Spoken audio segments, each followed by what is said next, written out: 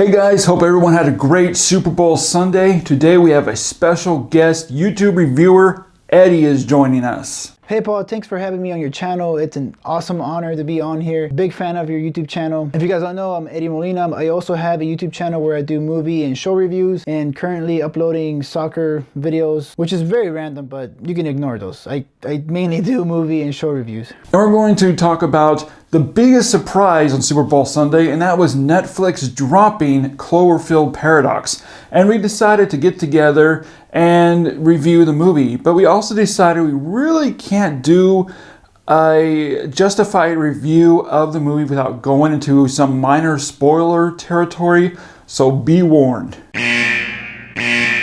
We have good things and bad things to say about the film, so I'll start off with the good things, and mainly I'll keep it short because the movie itself is a sci-fi thriller, I would say, to some extent, even though it doesn't feel thriller-ish. The best things about the film I could say is that the cast came out pretty strong and they did what they could with the script. It does have a lot of fun action-packed sequences where they're like trying to like jump from one side of the station to another, or you know, somebody dies in a freaking crazy way with worms, and then there's this like walking arm that does funny things and writes things like if we were watching the Addams Family. Yeah, I totally agree. It does have some fun, great elements to the movie. I did like the crazy death scenes, and the detached arm was great. It crawls around and then gives the crew members an important clue, which was also a really great idea. I also liked the special effects. It was really top-notch cinema quality.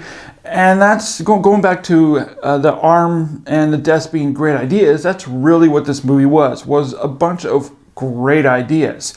But there was more, not really bad, but more disappointing parts of the movie than great stuff of the movie. And this movie was supposed to tie in back to the first Cloverfield and 10 Cloverfield Lane, which is what got me excited about it. But it has a lot of issues because in a way it didn't feel like a Cloverfield movie at all. And if I'm being honest, there's not a whole lot of things I could say that's good about the movie. And that's the biggest problem with this movie. It feels like they just used an already set script or even an already filmed movie, and J.J. Abrams decided to slap Cloverfield on it, which isn't a bad thing. I mean, he did the exact same thing with 10 Cloverfield Lane, where he took an already existing property and then he developed it into a Cloverfield movie. And it worked.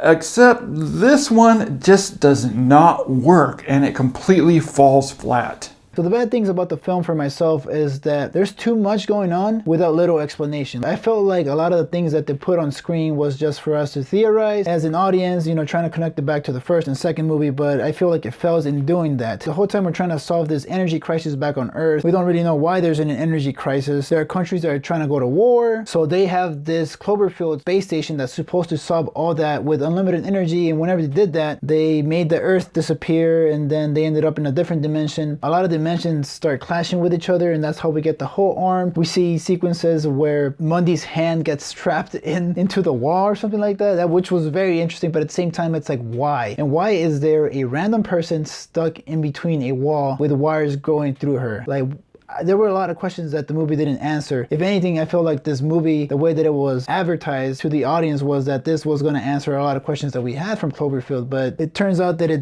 really didn't do any of that. And that's the second biggest problem with this movie, is you really didn't know what was going on. I mean, things were explained, but very briefly, almost as if they were throwaway lines here and there. They don't have that one scene where the crew sits down together and a doctor or scientist explains what's happening to the crew members, and therefore us as well.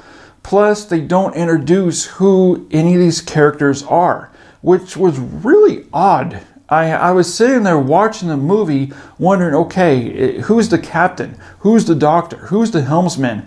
And when I thought I had it figured out, oh, okay, he must be the captain because he's spouting out orders.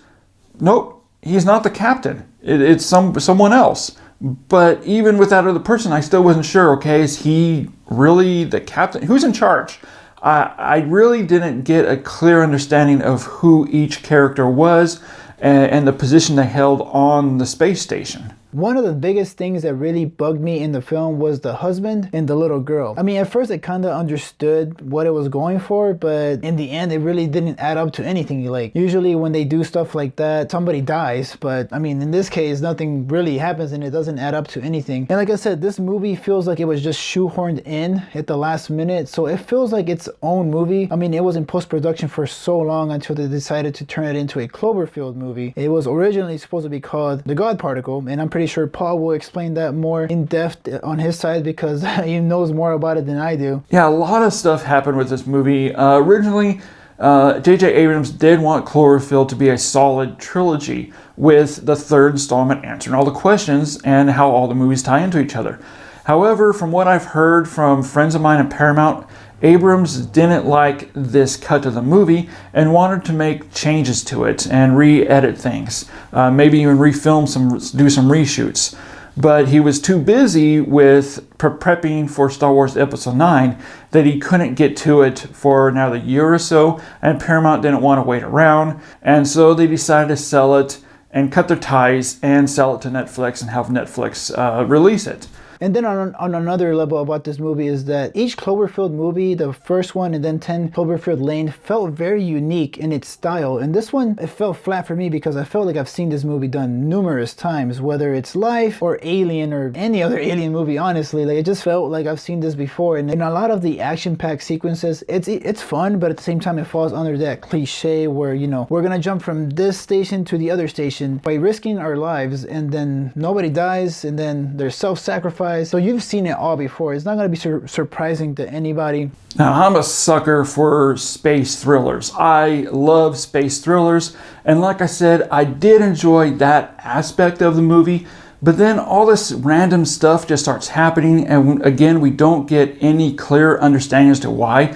The editing is very sloppily done, which causes the pacing to just be all over the place. Number of times where I was checking out while watching the movie, and that is not a good sign, especially for a movie like this. So guys, I would say the movie is entertaining to some level. It's not a movie that I would say I would recommend go watch it. It doesn't really tie in anything from Cloverfield, and it doesn't really help in explaining, you know, how this happened besides, you know, a scientist on a little screen. I feel like the movie could have been a little bit longer to explain things better, but that's just me. Like I said, I think the movie's okay, so I'm gonna give this one a 2.5 out of 5. I